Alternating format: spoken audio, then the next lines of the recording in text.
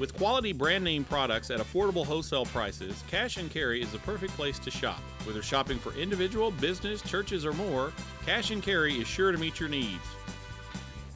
Cash and Carry of Cookeville, 931-528-8050.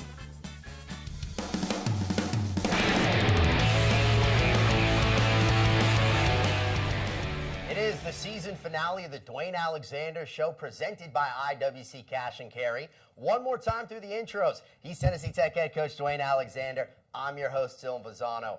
Coach, the season coming to a close last Saturday. Senior day, of course, all the pageantry involved, and that does it for the 2018 season. It does. Hard to believe. Once the season starts, they go very, very quick. And all those 12 seniors would tell you their careers go quick. When you're a freshman, it seems like it's going to be a forever process. And next thing you know, you look up and you're having senior day. But what a great day to honor, a great weather day to recognize and honor 12 fantastic young men this past Saturday. Well, let's take a look at that as well, of course, the highlights. So it's time for this week's highlights, brought to you by Wendy's of Cookeville. It's Tennessee Tech, it's Eastern Kentucky, and Coach, you just talked about it, but how important Senior Day is. Oh, it's always important. In this group here, you know, the one word that I would have for all of these seniors has been the word perseverance. These guys have really hung in there and stayed the course. They have, during their career, they have played for, multiple, football coaches, multiple position coaches. They've experienced a lot of transition and change, but they have stayed true to the course. They have kept practicing. They have kept playing. They're proud to be Golden Eagles. You can tell here by the looks on their faces and their families, and it was special to recognize all those guys. And notice we had quite a few guys, unfortunately, did not get to finish their career on the field because of injury, but outstanding group of young men and a special day for them. Special pregame ceremony. Let's get to the game itself. Eastern Kentucky starts with the football. It's the true freshman Parker McKinney, but Coach, a sack, Andrew Swicegood. And something we've done a really nice job of here the last few weeks is getting better pressure on the quarterback, and we had 3 sacks in this game. That was a big one. We forced a 3-and-out right on our very first series. And then the Golden Eagles, they would end up going 3-and-out, but watch this punt by Nick Madonia. I mean, low-key under the radar. He's a great field goal kicker, but an exceptional punter, too. That's right. And, we did not get to use him as a punter early in the year because of a foot injury, and we wanted to try to, rest him and save him as much as we could. But great punt by him, knocked the ball out on the 5-yard line. Here was one where really kind of a busted route. Just kind of threw it up, and, their guy slid and made a play. A very good receiver, but our defense, bows their back right here, makes some nice stops. We did a great job against the run all day, forced a field goal effort, and he ended up missing the field goal, so it's still a 0-0 game. Sam Hayworth just wide right. So like Coach A said, we are still scoreless. The next Eastern Kentucky drive in the first quarter, you are looking at a 2nd and 10, Daryl McCleskey Jr., but look at that stop by Seth Carlisle. And Seth is one of those freshmen that have really, really come on this year and got to play and end up playing more and making a lot of plays for us. Really nice play by Seth Carlisle. The Golden Eagle defense is standing tall. It's Luke Ward getting his first start of the season. Just a little bit off, it seemed, the incomplete pass to R.D. Ford, so it gives it back to Eastern Kentucky. The Colonels on the move. That little pitch play goes 13 yards. B.K. Smith on a reception, one of his 12 he had on the day. Nearing the goal line, Daryl McCleskey Jr., Coach, he gets it near the goal line, and all of a sudden, a chance for EKU. It is right here. They got a short field, got the ball on our, plus 30-yard line. You didn't have to go very far, but you're going to see here, very impressive by our guys right here. 2nd and goal from the 1. There was a penalty that moved it from the 2 to the 1. McCleskey on the carry, Shannon Fain the stop. So the Golden Eagles, Coach, it's now 3rd down and goal, still from the 1. Yes, and really bowed her back right here. Outstanding job. They had the ball 1st and goal at the 1-yard line. We actually had an offsides penalty, so they ran 5 plays from the 1-yard line, and you're going to see we're going to really do a nice job right here and hold them out of the end zone, and you can see how excited our guys were. There's really nothing that shows the character of your team more than a goal line stand, and one of those things other than a turnover or something like that in a game, a goal line stand can really fire your guys up. And there are goal line stands, and then there are goal line stands. Yeah. That was very impressive by the Tech defense. The Golden Eagles would end up punting on the next drive. Making a play right here is Jalen Carter. He is dancing his way for 19 yards. The ball does come out on a fumble. However, Coach, Frank Sumter of EKU records it. Yeah, just so close, kind of typical of the season. A lot of times the ball would get on the ground, and we never could get enough of those really to bounce our way. This is a 43-yard field goal attempt, so Tech defense does stand tall, and it ends up being a career long right there for Samuel Hayworth. So the scoring starts Eastern Kentucky. They lead 3-0. Back comes the Golden Eagle offense coach, and Adam Browner is out there. This is his very first play. Looks pretty sharp. 13 yards, Josh Cunningham. Adam, spent time. We had 3 guys out, 3 tight ends out. And so Adam has been playing a lot of tight end and actually played some tight end during this game. And then we moved him to quarterback and to try to get us jump-started a little bit. We had struggled there in the first quarter. So wanted to get Adam in to see what he could do to move the team, and he does provide a spark here and sends us on a nice drive. 3rd down and 4. He goes Clint Zerke facing heavy pressure, then throws it up top to DJ Wilkes for 21 yards. Coach, Tech moving the ball. Yes, nice play by Adam and really nice play by DJ Wilkes. Good to see that from DJ. He's had a knee injury.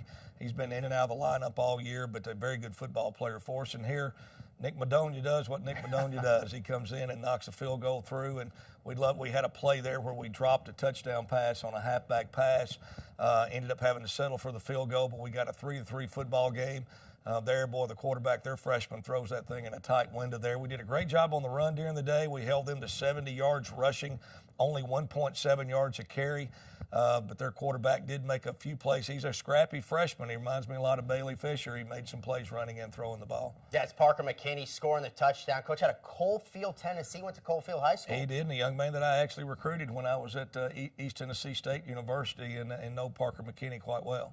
So the Golden Eagles down 10-3. The next play of the next possession, it ends up being a fumble. Forced Trey Turner, recovered Trey Turner. Yeah, and those are plays. It's a minute left in the half. We had 3 timeouts left. We thought we'd try quarterback draw, see if we could pick up some yards and maybe go into 2-minute offense. But you just can't have a turnover right there on your end of the field right before the half. And unfortunately, we did. Defense again put on a short field, and they do an outstanding job of going in here, pressure again. Another sack, one of our 3 on the day, and at least forced them to a field goal before the half to make the score 13-3. Yeah, it could have been 17-3. Instead, as Coach A said, 13-3. It's Hayworth, his second field goal made. That one is good from 33 yards. So, Coach, it is very much a ball game at this point. Tech down 10. The defense looking pretty sharp. Oh, they played very, very well. I mean, held them scoreless in the first quarter. Got a short field a couple times and held them out, made them kick field goals.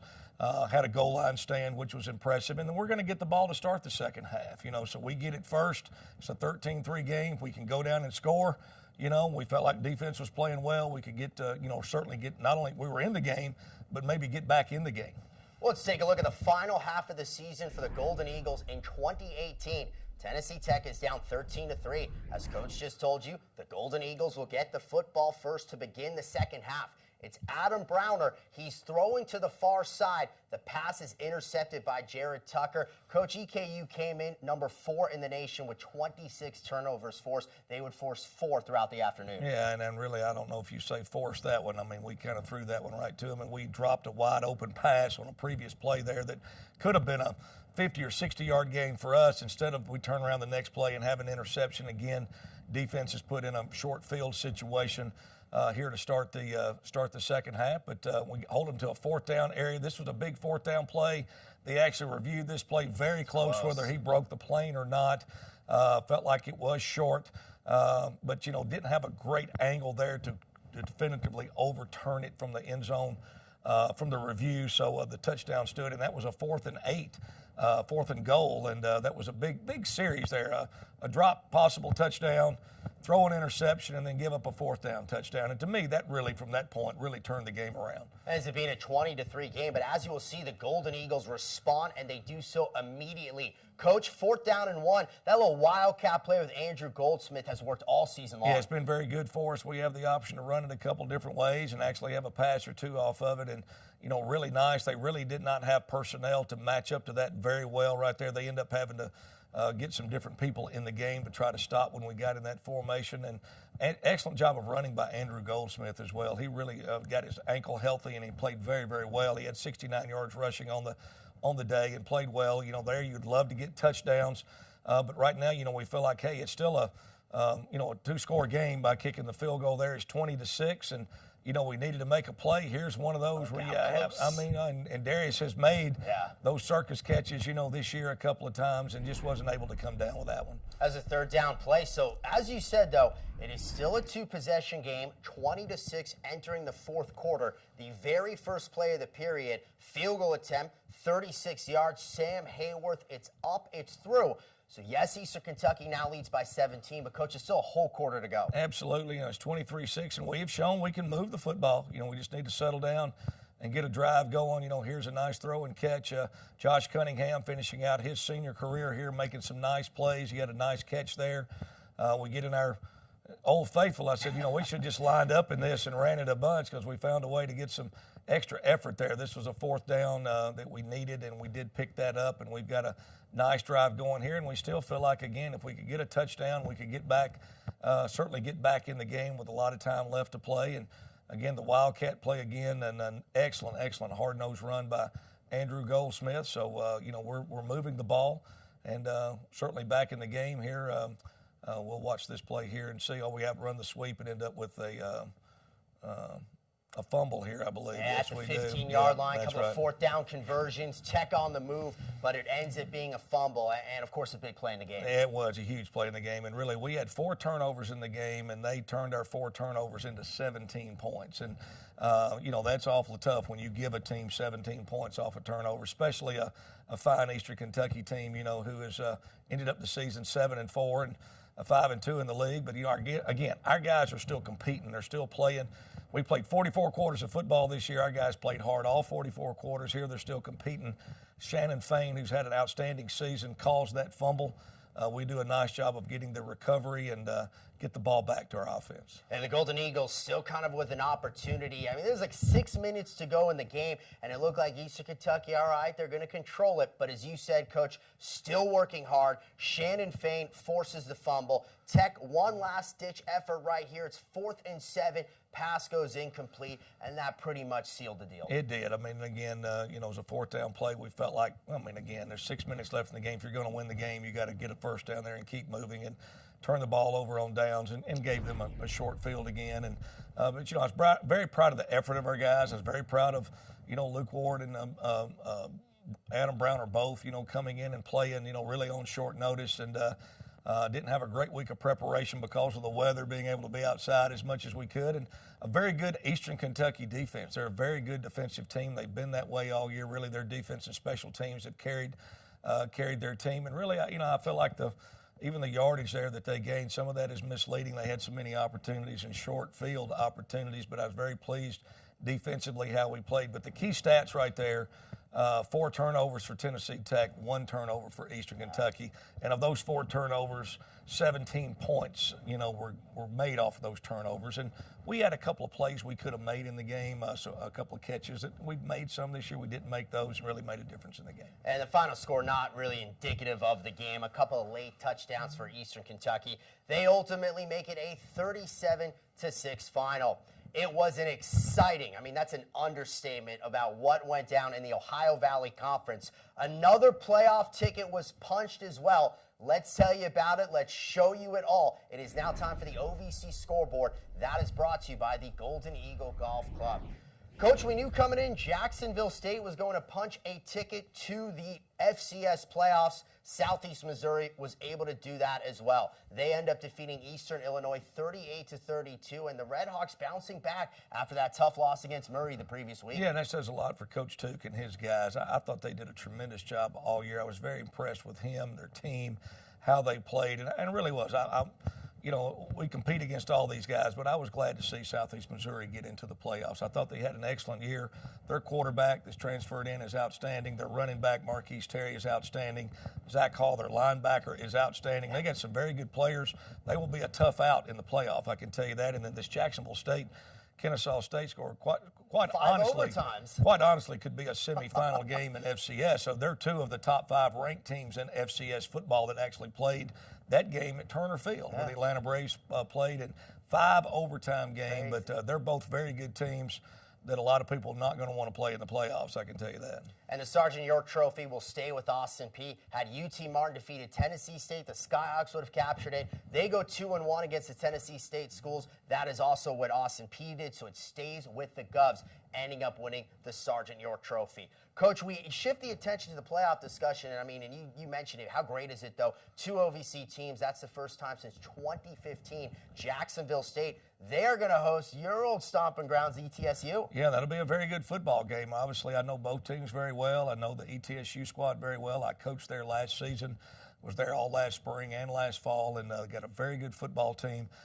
Experience on the offensive side, a very experienced team. There's a group of seniors there that were the guys who actually started football back. So they'll play. They'll give Jacksonville State better be ready to play, but I know they will. They're a very good team. And Southeast Missouri, they will host Stony Brook in the first round. We still have plenty to get to on our final Dewayne Alexander show of the year, including a top 10 segment that you're not going to want to miss right here on the Dewayne Alexander Show.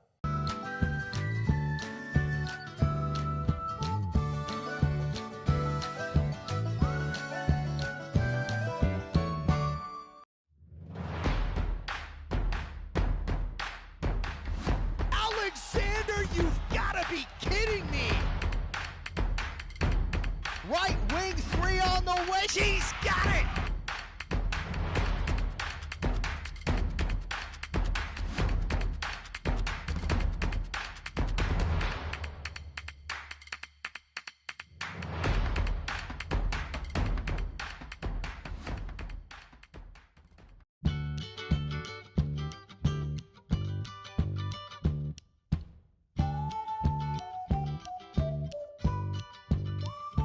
Back here on the Dewayne Alexander Show, presented by IWC Cash and Carry. We've got an alumni profile for you, and this is a former teammate of Coach A. So let's roll the film. It is now time for the Alumni Spotlight, brought to you by the Golden Eagle Golf Club.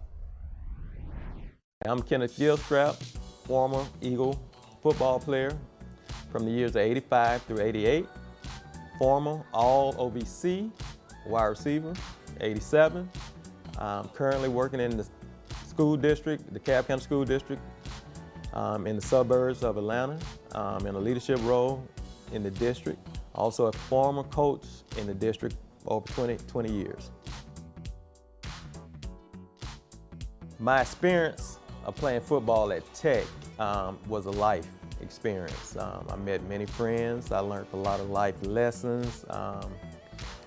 Tech took me to a lot of places I probably would have never been from the environment that I came from. It broadened my horizons. I had to mix and mingle with different people, different cultures. Exposed me to a lot, academically, socially, and spiritually.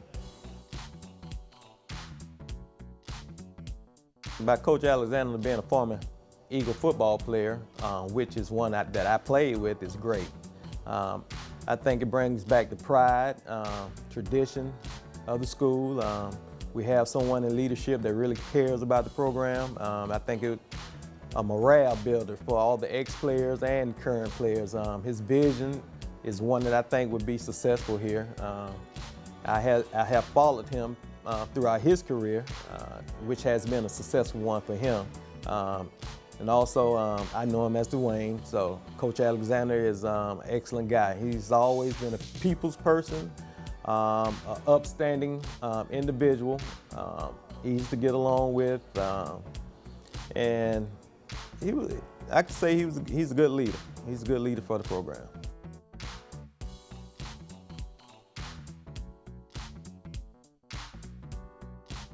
My suggestions to student athletes after their playing days, we know we all goes to school to be a professional athlete, but don't put all your eggs in one basket. I think Tech prepared me for life. How to grow to be a young man, how to broaden my horizons, and it just exposed me to different things. The values and the things I learned at Tech helped me in the situation, the leadership role that I am in today. Coach, we've done a fair amount of these alumni spotlights, but what was it like seeing one that you played with, a teammate of yours? That was awesome seeing Kenny Gilstrap there. Of course, we did one on Thomas Squires, who I played with, and that's great to see that. That means a lot. It means a lot to hear their comments and what they say. But, the thing that runs true to all these alumni spotlights they've done is not only just the football experience they had here at Tennessee Tech, but just being their experience of being a student here at Tennessee Tech and all the life lessons that they've learned and what football has taught them. And Kenny's gone on to have a really great career in coaching and administration, continues to lead young people back in the Atlanta area. And I tell you what, he was a really, really good football player. Well, we are down to now our final break on the Dwayne Alexander Show this season. But when we return, we will have one more awesome segment. So stay tuned right here on the Dwayne Alexander Show.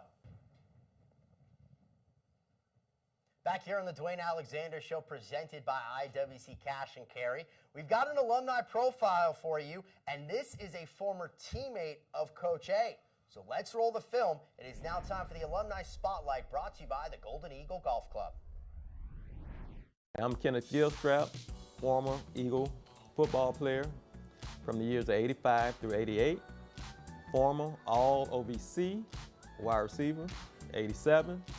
I'm currently working in the school district, the Cobb County School District, in the suburbs of Atlanta, in a leadership role in the district.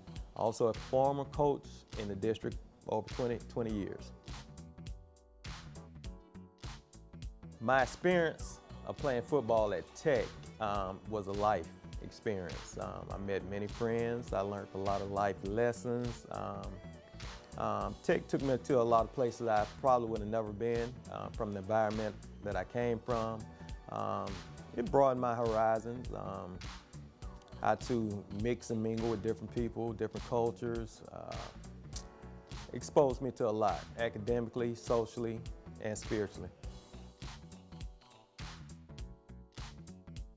About Coach Alexander being a former Eagle football player, which is one that I played with, is great. I think it brings back the pride, tradition of the school. We have someone in leadership that really cares about the program. I think it's a morale builder for all the ex-players and current players. His vision is one that I think would be successful here. I have followed him throughout his career, which has been a successful one for him. And also, I know him as Dewayne, so Coach Alexander is an excellent guy. He's always been a people's person, an upstanding individual, easy to get along with, and I could say he's a good leader. He's a good leader for the program.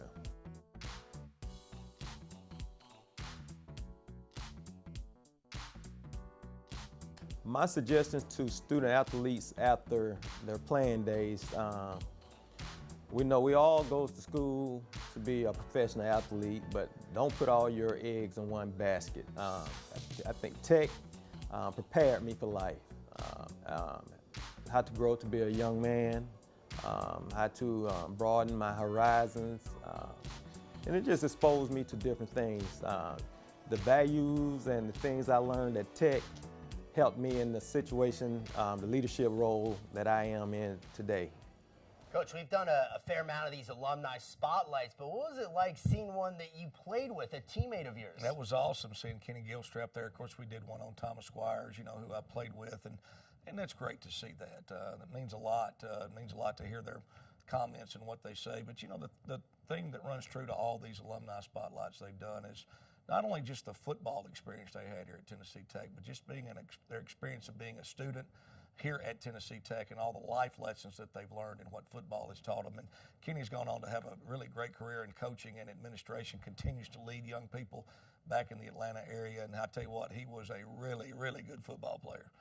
Well, we are down to now our final break on the Dwayne Alexander Show this season. But when we return, we will have one more awesome segment. So stay tuned right here on the Dwayne Alexander Show. More Tennesseans are turning to the state's best public university, Tennessee Tech. Tech produces bold, fearless, confident graduates who get an outstanding return on investment, who graduate with the least debt in the South, almost half with no debt, earning higher mid-career salaries than graduates from other public universities. Tennessee Tech, just like our state, is soaring to great heights. As president, I encourage you to learn more about Tennessee Tech. We transform lives every day. Tech is Tennessee. We are more than just athletes. We inspire scholars. We inspire leaders. We inspire champions. We inspire family. This is the Ohio Valley Conference. One final time here on the Dwayne Alexander Show, presented by IWC Cash and Carry. We've got a great segment for you. We've compiled the top 10 plays of the year. Without further ado, let's roll the film. Time for the top 10 segment, brought to you by Pepsi. Coach, always starting with a top 10. You start with number 10. It takes us to Jacksonville State here in late September. The quarterback, Zion Webb, he gets sacked. The ball comes loose. Ultimately, JSU recovered, but what a hit by Jake Warwick. Well, it was a great hit, and Jake Warwick being a senior, what a fantastic play by him. And the other significance of this play, this was a big play. Ball got on the ground, but far too many times this year we weren't able to come up with the recovery. So we get another opportunity to see it. The Golden Eagles, they get the sack. Nearly a chance to get it. That's how the top 10 list begins. We go to play number 9 and coach the true freshman, Bailey Fisher. He did this all season long. This the game against Murray State, 19 yards in for the score. Well, Bailey started 10 games as a true freshman. He missed the last game because of injury, but you can see running and throwing, he did this all year long, and he is one of the finalists for the Jerry Rice Award, which is given to the top freshman football player in FCS football. So we go from one freshman to another. You see the success of Bailey Fisher. How about Tech's freshman tailback, David Gist, the Cookeville product, coach against Southeast Missouri, his first career touchdown. What a one it was, 57 yards. Well, the 2018 season, we had an outstanding group of seniors. We also had a group of freshmen that had to play a lot of minutes this year. David Gist was one of those. You saw Bailey Fisher earlier. We had significant contributions by 15 freshmen this year, and David Gist being one of those. What a nice play by him, and he really, really made some big plays for us. For play number 7, let's go back to Tech's win against Murray State. Bailey Fisher throwing, and coach, the circus is in town. The juggling act, Darius Stafford hauls it in. Yes, and Darius made those kind of catches all year long. He was our one guy that could, you throw those jump balls is what we call them. I mean, you've got a chance, they've got a guy, we've got a guy, and he ends up making a whole lot of those. What a great play by him. Darius played a big role in our offense this year, and I wish we could have just kept him healthy down the stretch. He missed our game at UT Martin and did not get to play a lot in our last game, but what a great play. Man, what a catch. Spoiler alert, you're going to see Darius Stafford again. In fact, you're going to see him right now. Play number 6, coach, it's a piece of program history. Looks like it's just going to be a little, no, wait. Darius Stafford, 85-yard touchdown against SEMO, the 3rd longest pass completion in Tech history. Yes, what a play by him, and this was one of the first games he was back and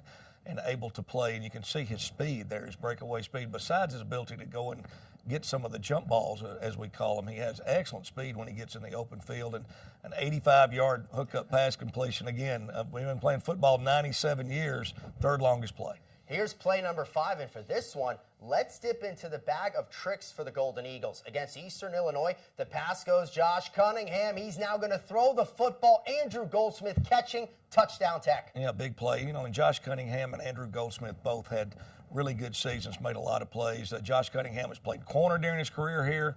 He's thrown touchdowns, he's caught touchdowns, he's ran touchdowns, he's been a punt returner, kick returner. Fantastic career for Josh. We go to homecoming for play number 4, and this was such a big one defensively. A.J. Flemister, the senior coach, he's going to pick off Drew Anderson. It was a huge play in the game. It was a huge play because we had just had a turnover and we had the lead for the game, and this really turned the momentum back and kept the momentum on our sideline. A.J. Flemister played in 44 consecutive games for the Tennessee Tech Golden Eagles. There are not many Golden Eagles that can say they played in 44 straight games. Let's see another senior, and man, oh man, what this guy meant to the Golden Eagle program. We go to Logan, Utah, the matchup against the FBS Utah State. Nick Madonia, coach, from 54 yards out, part of a career 4-field goal evening. 54 yards, second longest kick in Tech history. Second longest in Tech history, and Nick is the only kicker in FCS football this year to make 3 field goals over 50 yards. He also broke the career record, all-time career record for consecutive extra points in a row at 67. For play number 2, it's Tech, it's Murray State, it's a completion, Darius Stafford. Okay, he's going to go down right here. No, he's not. Look at him go, 43 yards and a huge third-quarter touchdown. Well, and that's one of those plays, again, right when they cut it back and got the score close. He makes that extra effort play, and those are the ones that really get the crowd and watch the sideline here, once he breaks that. And I think I'm glad we did not get a 15-yarder. I think we had half the team in the end zone after that one, but what a great play by him. And number 1, it's really a no-brainer. The very first game of the season, that pass is tipped. Josh Poplar's first game back, his first play back. You get the chills watching this, a pick 6 for Poplar. Well, I don't think there was a dry on the sideline or anybody that's known Josh Poplar that was not just ecstatic to see that play. It's almost really a storybook thing. You could do almost a movie after the whole thing. You really could. Maybe somebody should do one on. I believe Josh Poplar, I'm going to go on a limb. He may have a movie made about him one day because he's just that kind of guy. But what a great play, and the backstory of Josh Poplar not being able to play last season and making that play makes it even more awesome. Coach, there could be a movie about him, but for him to come back and his first play is a pick 6, I don't even know if Hollywood would buy that. I don't. You're right. They probably wouldn't believe it, but fantastic play by him, and what an outstanding young man, and what an outstanding career that he had here at Tennessee Tech. Well, Coach, that was a great top 10 list, and it's a good way to kind of conclude our year in the show right now. It's been fun doing this show, and like I said, it's fun to watch. It is. Love the Tennessee Tech Golden Eagles. Anytime we can come on here and talk about these young men and highlight them and players that we currently have and players of the past like we've done on the show, and getting to represent Tennessee Tech is absolutely awesome. Well, that's going to do it for the show. Of course, a special thanks has to go out to Brian Kazaks, Jordan Ratty, all the tremendous and hard work that they do making this possible. For Coach A, I'm Dylan. We say so long on the Dwayne Alexander Show.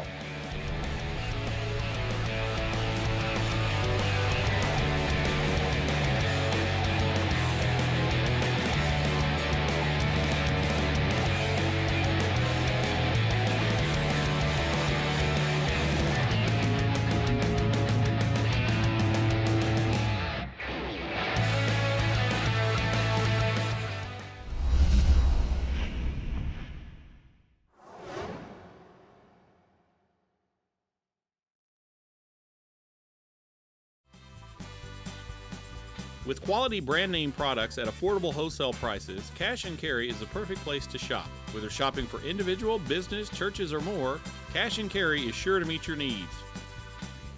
Cash and Carry of Cookeville, 931-528-8050.